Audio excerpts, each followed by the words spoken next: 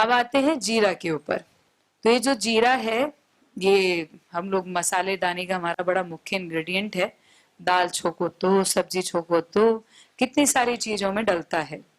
लेकिन आपको पता है जीरा बिना डाले भी अलग से भी प्रयोग करने में दस्त में कितने अद्भुत तरीके से काम आता है। इसमें कहते हैं आधा कच्चा आधा पका जीरा। अब आधा कच्चा आधा भुना मतलब कैसे? अध भुना कैसे होगा कि भाई एक तो उसको जीरे को भून लो और फिर जीरे को भून करके जितना भूना उतना ही जीरा उसमें बिना भुना मिला दो और फिर उसमें आप थोड़ा सा काला नमक मिला दीजिए। उसको लेने से दस्तों में तुरंत लाभ मिलता है। तो जब कभी दस्त लगे, एक ये है 4 से 6 ग्राम जीरे को हल्का भूनकर पीस कर दही या दही की लस्सी के साथ लेने से तुरंत लाभ मिलता है। इसीलिए अक्सर मतलब हम लोग उसमें डालते भी हैं। तो पेट को ये बहुत अच्छा करता है, जीरा पेट के लिए अच्छा है। और जीरे का अगर आप काढ़ा बना करके पीते हैं तो वो भी बड़ा अच्छा रहता है। आप लोगों ने सुना भी होगा जीरे का पानी पीने से मोटापा भी कम होता है, और सच में होता है। पर ऐसे कम नहीं होगा कि इधर की साइड जीरे का पानी पी रहे हैं, उधर की साइड दबा करके जो है मिठाइयाँ खा रहे हैं और चीनी खा रहे हैं, तो फिर तो मतलब कोई फर्क ही नहीं होगा। अच्छा, अब आते हैं अगली बार। तो अगला एक और है पतले दस्तों के लिए। तो भुना हुआ जीरा और उतनी ही सौंफ को थोड़ा भून कर पीस कर 1 चम्मच पानी के साथ दिन में 3 से 4 बार लेने से ये जो मरोड़ के साथ जो पतले दस्त होते हैं ना, जो पेट में अफारा बन जाता है, मरोड़ के साथ दर्द हो करके दस्त आते हैं, तो उसके लिए बड़ा अच्छा है। क्या लेना है? थोड़ा भुना हुआ जीरा और उस उतनी ही सौंफ मिला करके भुनी हुई, दोनों को जो है आपको पीस करके 1-1 चम्मच पानी के साथ दिन में 3 से 4 बार लेना है। इसमें अपनी कुटज घनवटी भी बहुत अच्छा काम करती है। सामान्य दस्तों में 2 से 3 पर्याप्त है, परंतु ज्यादा दस्त लग जाएं तो 4 से 6 भी कई बार देनी पड़ती है। लगातार नहीं, जितने दिन चल रहे हैं 1 या 2 दिन मुश्किल से। इसमें एक अपना एक्टिव मिंट भी आती है जो पुदीन हरा की है, वो भी बहुत अच्छा काम करती है। इसके साथ में अभी प्याज के ऊपर आएंगे, प्याज का भी इसमें दिया हुआ है, उसमें जानेंगे कि दस्तों में प्याज का रस भी बहुत अच्छा काम करता है। आइए अब अगले इसके प्रयोग के ऊपर आते हैं। तो 5 से 7 ग्राम जीरे को 400 मिलीलीटर पानी में पका लीजिए। 400 मिलीलीटर पानी में पकाया और जब वो 100 मिलीलीटर बचा तो प्रतिदिन दिन में 2 बार पीने से आंतों के कृमि कीड़े मर जाते हैं।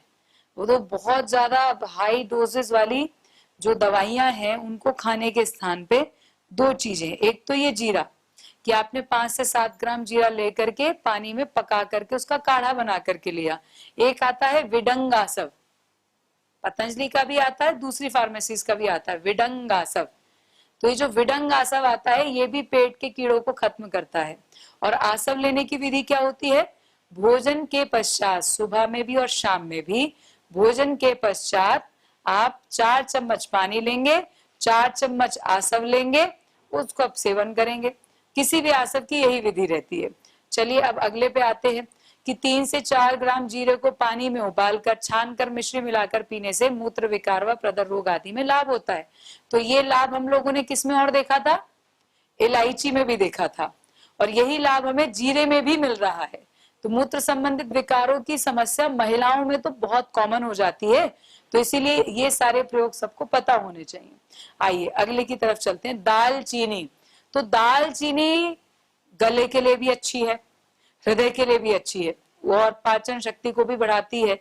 सर्दी जुकाम में भी लाभ करती है। किसी को सर्दी जुकाम हो तो काली मिर्च आपने ले ली, लौंग ले ली, दालचीनी ले ली, उबाल लिया पानी के अंदर, थोड़ा अदरक डाल करके उसको काढ़ा जैसा बना करके चाय की जगह पी लिया, उसमें थोड़ा गुड़ भी डाल लिया, तो पूरा गला एकदम जो है साफ हो जाता है, अच्छा हो जाता है।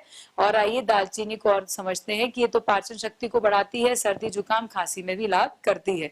और जैसे कि हमें पता है कि हम लोग क्या बोलते हैं, अर्जुन की छाल का काढ़ा, तो अर्जुन की छाल का जो काढ़ा पिया जाता है उसमें भी थोड़ी दालचीनी डाल करके देते हैं, तो ये हृदय के लिए भी अच्छी है। और दालचीनी का फांट बनाकर उसमें अदरक, लौंग तथा इलायची मिलाकर पीने से वातज एवं कफज विकारों का शमन होता है। तो वात से जनित जो विकार हैं उनका भी शमन होता है, और जो पित्त से जनित विकार हैं उनका भी शमन होता है। क्या करना है उसमें? अदरक भी रखना है और लौंग भी रखनी है, इलायची भी रखनी है, और इसे मिला करके हम लोग इसको उबाल करके इसको पी सकते हैं दालचीनी के साथ में। अच्छा, दालचीनी चूर्ण में शहद मिलाकर सेवन करने से श्वास कास में लाभ होता है। तो कुछ ना भी समझ में आए तो दालचीनी का पाउडर बना करके उसमें थोड़ा सा शहद के साथ ले ले तो क्या होगा, तो सांस से संबंधित, कास से संबंधित समस्याओं में लाभ होगा। मतलब एक दालचीनी है और वात रोगों का भी नाश कर रही है और कफज रोगों का भी नाश कर रही है। आइए अगली एक चीज पे आते हैं, धनिया। ये भी बड़ा ही अद्भुत है धनिया भी, और बहुत प्रकार से लाभ करता है हमारे जीवन के अंदर। इसकी तासीर थोड़ी ठंडी होती है। आइए जरा इसको ध्यान से देखते हैं। जो सूखा धनिया है उसको पीस ले, उसमें 4 गुना मिश्री मिलाकर शीशी में भरकर रखें। 1-1 चम्मच 2 बार पानी के साथ लेने से अम्ल पित्त में अत्यंत लाभ होता है। इससे पेशाब भी खुलकर आता है। तो पित्त से संबंधित विकारों में ये बड़ा ही लाभकारी है धनिया। तो यहाँ पे क्या बताया कि सूखा धनिया लिया हमने, और मान लीजिए हमने 50 ग्राम सूखा धनिया लिया, तो मिश्री कितनी मिलाएंगे, 4 गुना, तो 160 ग्राम और मिला लेंगे उसमें, 200 ग्राम ही तो मिलाएंगे, तो 200 ग्राम मिला लेंगे, 250 ग्राम हो गया आपका। और फिर 1-1 चम्मच सुबह शाम उसको अगर हम ले तो अम्ल पित्त, एसिडिटी वगैरह की समस्याओं में भी लाभ होता है। और जैसे महिलाओं को बहुत कॉमनली ये समस्या रहती है कि हम लोग एसिडिटी में क्या करें, लौकी का रस नहीं ले सकते क्योंकि घुटनों में दर्द होता है, तो ये प्रयोग किया जा सकता है। और इसके साथ में जो किसी को पेशाब खुल करके ना आ रहा हो तो पेशाब भी खुल के आ जाता है। ना आए पेशाब खुल करके तो क्या होगा, तो इकट्ठा होगा तो रोग उत्पन्न करेगा, उसके अंदर बैक्टीरिया पनप जाएंगे और फिर वही यूटीआई की समस्या होने लग जाएगी। उसको समय पे कंट्रोल नहीं किया गया तो ये यूरिनरी ब्लैडर से, मूत्राशय से ऊपर उठ करके यूरेटर तक जाएगी, जो नलियां होती हैं जो हमारी किडनी से कनेक्टेड होती हैं। फिर वहां पर भी उसको कंट्रोल नहीं किया गया तो फिर किडनी तक इन्फेक्शन पहुंच जाता है। तो उसको इसीलिए सही समय पे कंट्रोल करना जरूरी है, वरना फिर जाकर के लोगों को इंजेक्शंस लगवाने पड़ते हैं। अच्छा, अगला इसका प्रयोग समझते हैं। तो 3 से 4 ग्राम धनिया 400 मिलीलीटर पानी में पकाकर वही जब 1/4 शेष बचे तब छान कर शीतल कर लें। उसमें थोड़ा शहद मिलाकर पीने से रक्त प्रदर या शरीर में होने वाली गर्मी में लाभ होता है। तो ऐसे ही जैसे जिनको बहुत ज्यादा शरीर में गर्मी बढ़ी रहती है उनके लिए धनिया बड़ा उपयोगी है। और इसीलिए जैसे कई बार महिलाओं में लुकोरिया की समस्या हो जाती है, सफेद पानी जाता है, तो उसके लिए सौंफ और धनिया बहुत ही अद्भुत औषधियां हैं। इन दोनों को 1-1 चम्मच आप एक गिलास पानी में डाल करके भिगो दीजिए 7-8 घंटा, और फिर मिश्री डाल करके उसको पी लीजिए। तो अगर तुरंत चाहिए तो उसको पका लीजिए पानी में, उसका सत आना चाहिए, इसीलिए पका रहे हैं। तो 400 मिलीलीटर पानी में 3 से 4 ग्राम धनिया मिला करके और उसमें सौंफ भी डाल सकते हैं। तो वो क्या करेगा, वो जो है तुरंत, और लेकिन उसको शीतल करना पड़ेगा, गर्म ना पिए। और उसमें थोड़ा शहद मिला लें या मिश्री भी मिला सकते हैं। तो वो मिश्री लेकिन कौन सी वाली, वो दाने वाली मिश्री नहीं, धागे वाली मिश्री, वही जो ओरिजिनल मिश्री होती है ना, उसकी तासीर भी ठंडी होती है, ठंडक पहुंचाती है। अच्छा, एक और बहुत ही बढ़िया, गर्भावस्था में वमन की समस्या मतलब उल्टी की समस्या बड़ी कॉमनली देखने को मिलती है। तो गर्भावस्था में अगर किसी को उल्टी आए या बच्चों को, छोटे बच्चों को उल्टी आए, तो छोटे बच्चों को दवाइयां ज्यादा नहीं देनी चाहिए, ज्यादा क्या देनी नहीं चाहिए। आयुर्वेद में भी 5 वर्ष की आयु तक बच्चों को इस तरह से दवाइयां देना निषेध है। और फिर एलोपैथी के केमिकल्स तो इतने हार्ड होते हैं कि आप ये समझ लीजिए कि जितने भी बच्चों को ये जो डायबिटीज हो रहा है छोटी उम्र में, 5-5, 7-7 वर्ष की आयु में, उसके पीछे हैं ये दवाइयां। बच्चों को बुखार हुआ, हमने उस बुखार में बच्चों को जो है पैरासीटामोल दे दी, डॉक्टर ने खिलवा दी, कोई एंटीबायोटिक खिला दी, बच्चों का पेनक्रियास खराब हो जाता है और टाइप 1 डायबिटीज हो जाती है।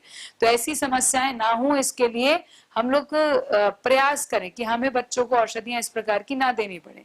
इसलिए अपना पतंजलि में कई तरह से बच्चों का जो है, बच्चों का सुपर फूड भी आता है, किड्स सुपर फूड भी आता है, उसको खिलाएं, बच्चों का इम्यून सिस्टम अच्छा रखें।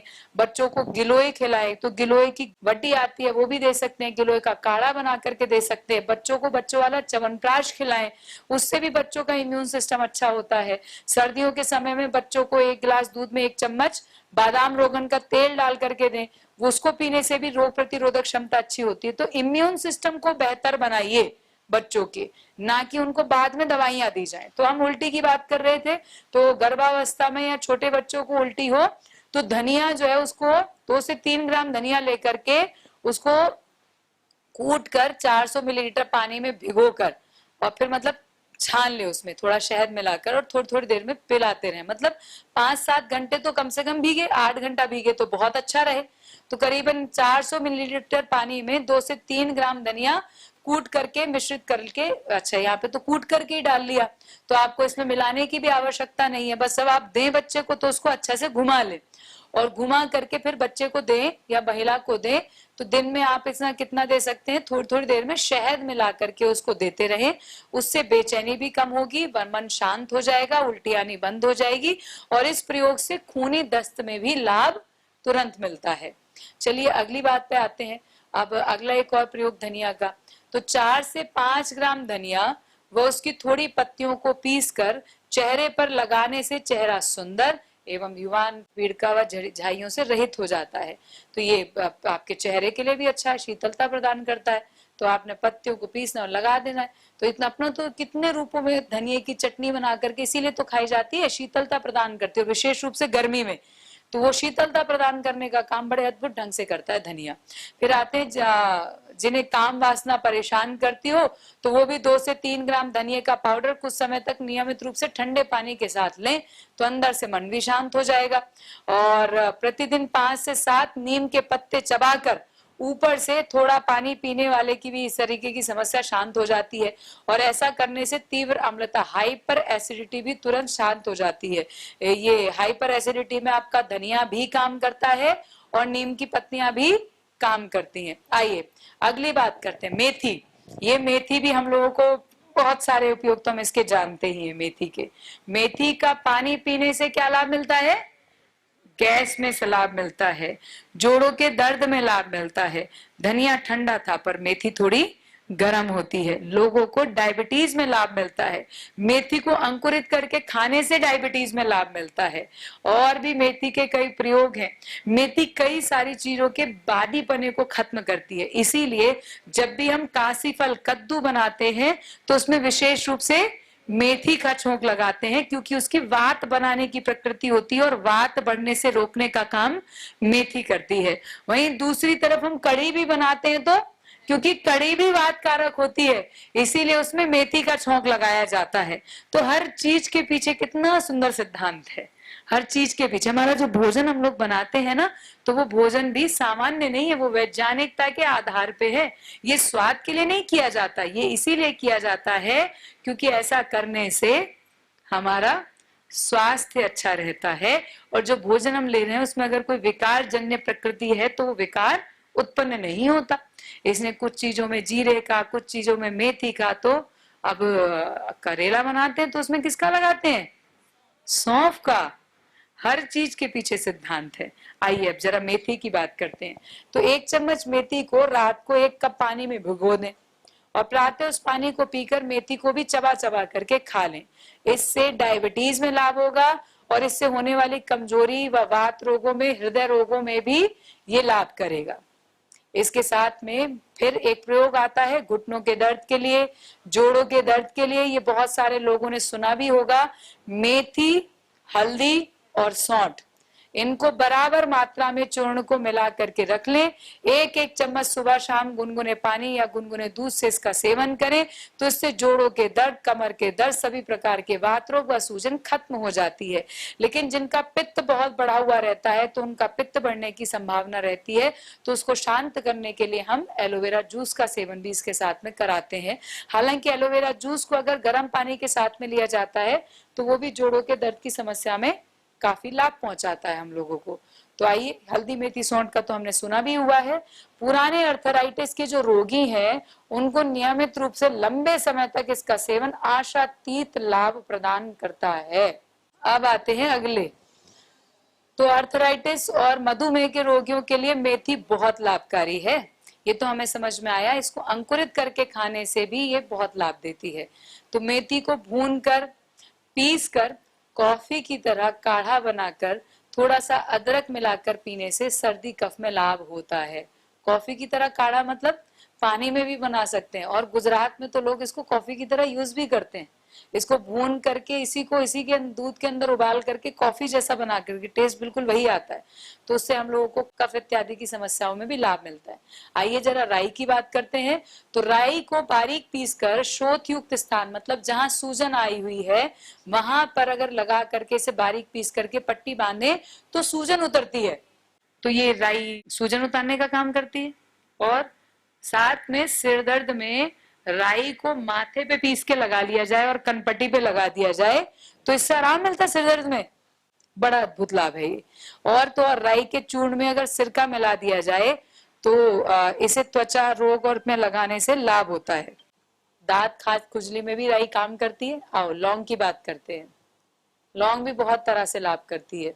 दाढ़ में दर्द हो रहा हो तो दाढ़ के बीच में दबा के रख लिया जाए लौंग को, तो उससे बड़ा अच्छा लाभ मिलता है।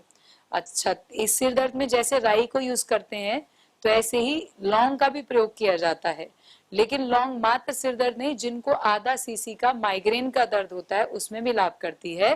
तो 4 से 5 ग्राम लौंग को पीसकर थोड़ा सा पानी मिला करके माथे पे कनपट्टियों पर लगाने से वही आपको लाभ मिलता है। और लौंग को हल्का भूनकर उसको चूसते रहने से खांसी में भी चमत्कारिक लाभ होता है। तो खांसी में भी लौंग चूसने से लाभ मिलता है और लौंग चूसने से दाढ़ दर्द में भी लाभ मिलता है, जैसे लिखा ही हुआ है। शरीर में कहीं भी नासूर या फोड़ा हो गया हो तो 5 से 7 लौंग व हल्दी को पीसकर लगाने से इसमें तुरंत लाभ मिलता है। जो फोड़ा हो जाए, बलतोड़ हो जाता है, ऐसे जो हो जाते हैं, नासूर जो हो जाते हैं, तो उसके स्थान पे क्या करना है, 5 से 7 लौंग और हल्दी को मिला करके लगाना है। अच्छा, इसके बाद आता है कि दाढ़, वही आ गया, जाड़ या दांत के दर्द में लौंग को दर्द वाले स्थान पर दबाने से, पाउडर करके उस स्थान पर लगाने से पीड़ा शांत हो जाती है। और हल्दी, हल्दी के भी बहुत सारे गुण हैं और इन गुणों को भी हमें समझना है। तो हल्दी, नमक और सरसों का तेल मिला करके अंगुली से प्रतिदिन मसूड़ों की मालिश करें तो पायरिया ठीक होता है। हल्दी, नमक से तो हमने सुना है, इससे दांतों को साफ करे तो दांत बढ़िया रहते हैं। पहले अपने यही तो यूज करते थे, नमक का प्रयोग करते थे, सरसों के तेल में लगा करके दातुन लगाते थे। वो तो हमें शिक्षित बनाने के चक्कर में दातुन की जगह ब्रश थमा दिया। बताओ, वो लकड़ी थी, ये प्लास्टिक है। कोई प्रगति हुई? प्रगति तो हुई नहीं, उल्टा नीचे आ गए, लकड़ी को छोड़ करके प्लास्टिक पटके हुए। और दूसरा, फिर हम लोगों को वो जो हम मसूड़े के लिए अपना चूर्ण इत्यादि बनाते थे, नमक बोले पहले नमक मत खाना, फिर कहते हैं नमक है क्या तुम्हारे टूथपेस्ट में बावले, या तो तुम पहले झूठ बोल रहे थे या बाद में झूठ बोल रहे हो। खैर, इसमें और समझते हैं। पायरिया में भी लाभ मिलेगा, मुख की दुर्गंध में भी लाभ मिलेगा, और दांतों के जो भी रोग हैं उन सब में ये लाभ करेगा। तो क्या है इसमें, हल्दी, नमक और सरसों का तेल, ओरिजिनल वाला, जिसको दूर से ही जो एकदम तेज स्मेल देता है ना, वो ओरिजिनल वाला सरसों का तेल। तो 1 चम्मच हल्दी पाउडर को प्रतिदिन 1 गिलास गुनगुने दूध के साथ पीने, ज्यादा लिखा हुआ है, 1 चम्मच नहीं, चुटकी भर। और शरीर की रोग प्रतिरोधक क्षमता में वृद्धि होती है, सर्दी जुकाम आदि नहीं होते। किसी का पित्त बढ़ा रहता हो तो उनको ये समस्या कर सकता है, इसलिए ज्यादा मत लीजिएगा। सर्दी में तो सभी लोग ले सकते हैं। और इसके साथ में ये, हाँ, हम सबको पता ही है, चोट लग जाए तो सबसे पहले हल्दी का प्रयोग किया जाता है। तो शरीर के दर्द में, चोट में, पीड़ा में भी हल्दी का प्रयोग इस रूप में दूध के साथ पीने से, भाई किसी को चोट लग जाए, हड्डी की चोट लगे तो सबसे पहले भाई इनको दूध में हल्दी डाल करके पिलाओ। तो पूरी दादी नानी के नुस्खे जो है ना वही लाभकारी हैं। अच्छा, आधा चम्मच हल्दी को थोड़ा भूनकर और शहद से लेने से जो गला बैठना है या खांसी है उसमें तुरंत लाभ मिलता है। इसके साथ यदि कहीं कट जाए या कहीं जल जाए तो हल्दी पाउडर को लगाने से रक्तस्राव बंद हो जाता है। हमने प्रयोग किया है कई बार, ये बहुत लाभकारी प्रयोग है, सभी जानते हैं इस विषय में। और जले में जो फपोला है वो नहीं पड़ेगा, अगर जैसी जल जाए तुरंत हल्दी लगा ली जाए तो उसमें फपोला नहीं पड़ेगा उसमें। अब आते हैं अगला, शरीर में कहीं मोच आ जाए तो भी आप लोगों ने प्रयोग किया होगा हल्दी का। इन प्रयोगों से तो हम परिचित भी हैं कि शरीर में मोच आ जाए तो एक मोटी रोटी बनाकर उस पर सरसों का तेल और हल्दी लगा करके बांध दिया जाए तो जो सूजन है वो नहीं चढ़ती है। एक और चीज इसमें काम करती है, एलोवेरा। एलोवेरा का जो पत्ते में से निकाल करके जेल को तवे पे भून कर उस पे लगाया जाए तो वो भी मोच के स्थान पे बहुत अच्छा लाभ करता है। अभी शोथ उतारने के लिए कभी एक और चीज का नाम लिया था, क्या चीज थी? राई भी बहुत अच्छा काम करती है शोथ उतारने के लिए, सूजन उतारने के लिए, और दर्द को निकालने के लिए एक आंकड़ा बोलते हैं ना, आंकड़ा, आंकड़े का पत्ता, आंख का पत्ता, वो उसको तवे पर भून करके उसको अपना बांध लें तो वो भी आपका दर्द को अच्छे से खींचता है, तो मोच के दर्द को भी खींचता है।